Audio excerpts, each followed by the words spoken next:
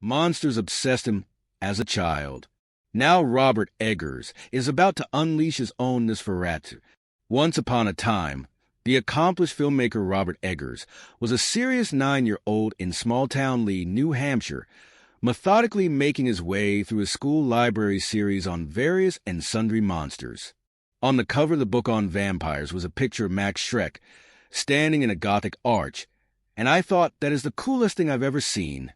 The now 41-year-old Eggers remembers, the memory exceptionally vivid despite its considerable age.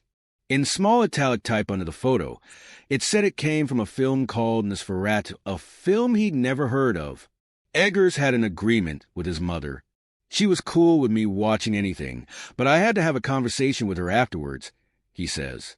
Sometimes, Eggers adds, smiling, it wasn't worth it, but with this 1922 German silent film starring Schreck as the vampire Count Orlok, it definitely was real enough to compel him as a high school senior, along with friend Ashley Kelly Tata, now a well-known New York theater director, to put on, in our own humble way, a play version of Nosferatu, a version that was transferred to the well-regarded Edwin Booth Theater in Dover, New Hampshire.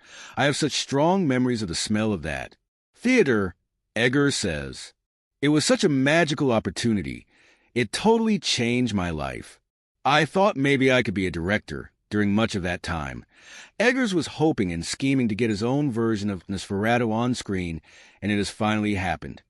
Set to open in a deft piece of counter-programming on Christmas Day, this formidably accomplished and deeply terrifying Nosferatu is remarkable for the way it is both respectful of tradition and unsettling in its own particular way. Sitting in the spookily deserted terrace of a hotel restaurant, Eggers in person is the thoughtful calm in the middle of the storm his film has created, someone who prefers to think his answers through before speaking.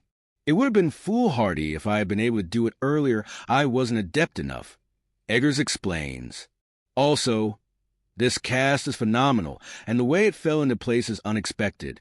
The two men bonded over a joint love of classic British hammer horror, and Columbus served as an executive producer on Eggers' first 2 films. But on Nosferatu, he functioned as very much a hands-on producer.